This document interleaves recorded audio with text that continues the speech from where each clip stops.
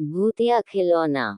ये कहानी के शुरुआती दौर की घटना आज से 3 वर्ष पूर्व घटी। विक्रम रघुवंशी और उसका दोस्त साहिल ने अपनी एक खिलौने बनाने वाली कंपनी खोली थी। दोनों को बच्चों से बेहद लगाव था। ये दोनों मार्केट में हमेशा से नए आधुनिक तकनीक के खिलौने बनाने के लिए जाने जाते थे।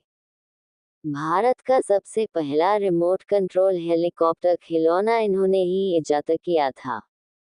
उस वक्त कंपनी में मीडिया के जमावड़े की तैयारियां चरम पर थी।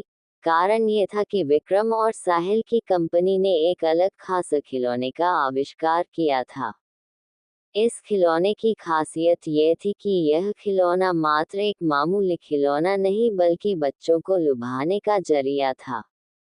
ये खिलौना बच्चों से बात कर सकता था। उसके सभी जवाब उस खिलौने के डेटाबेस में मौजूद थे। इसे एक तरह का छोटे रोबोट की तर्ज पर देखा जा रहा था। ये खिलौना बच्चों से बात कर सकती थी, उनके साथ खेल सकती थी।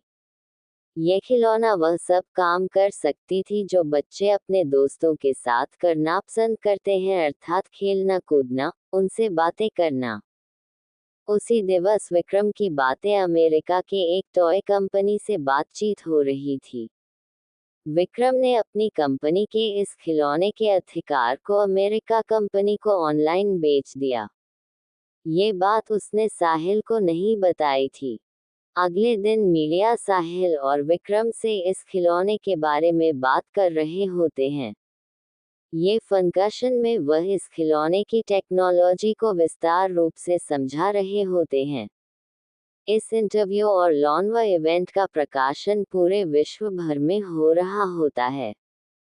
भारतीय समय अनुसार जब शाम का समय प्रगति पर था, उसी वक्त अमेरिका से एक खबर आई जिसके तहत साहिल और विक्रम की कंपनी के इस खिलौने पर चोरी का आरोप लगा।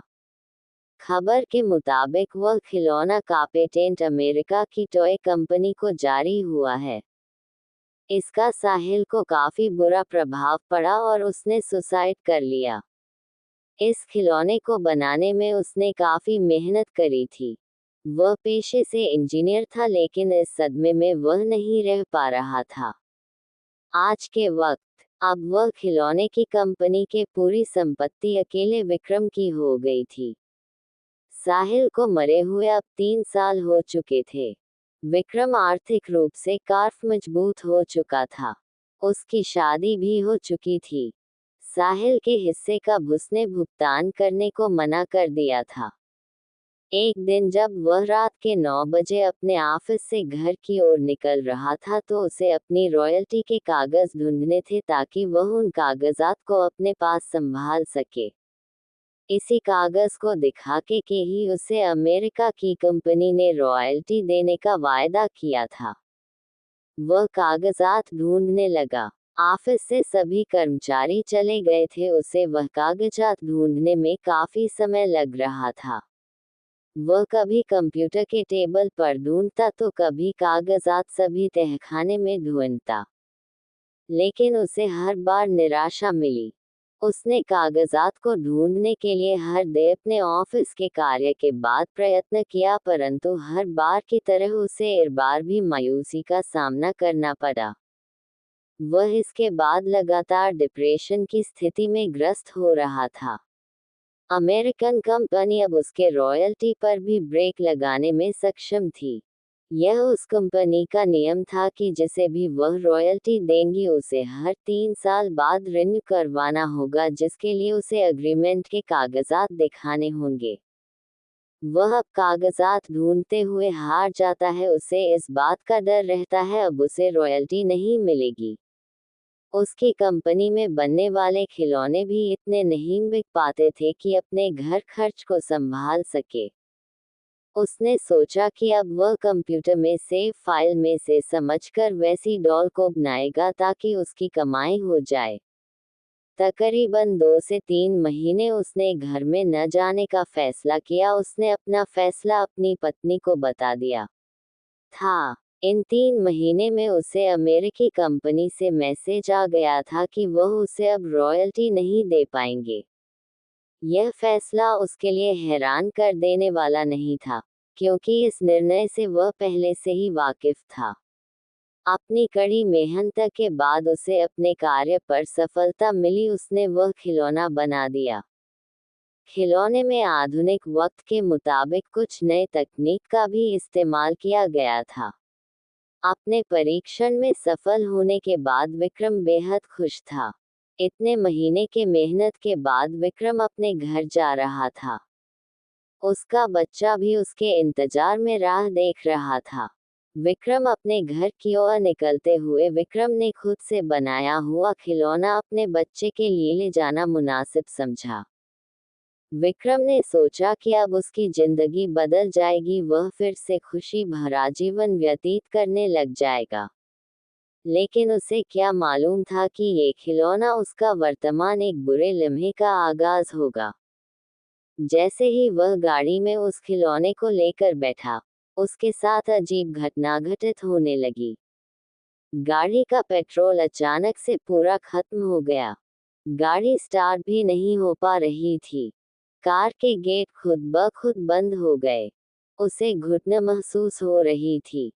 खिलौने में से अजीब से हंसने की ध्वनि आ रही थी। ये हंसी की आवाज विक्रम के कानों में दर्द पैदा कर रहा था। वह बेहोश हो चुका था। जब उठा तो खुद को अपने घर के बाहर पाया। उसके रोंगटे खड़े हो गए। वह घबराया हुआ था। वह डॉल लेकर जल्दी से अपने कमरे की ओर भागा। उसे ऐसे देखते हुए विक्रम की पत्नी डर गई थी और बच्चे ने हाथ में डॉल देखी तो वह भी अपने पापा के तरफ नन्हे कदमों से दौड़ा। विक्रम ने वह डॉल छत से अलमीरा में छुपा दिया और उसका ताला लगाकर चाबी अपने पास रख ली।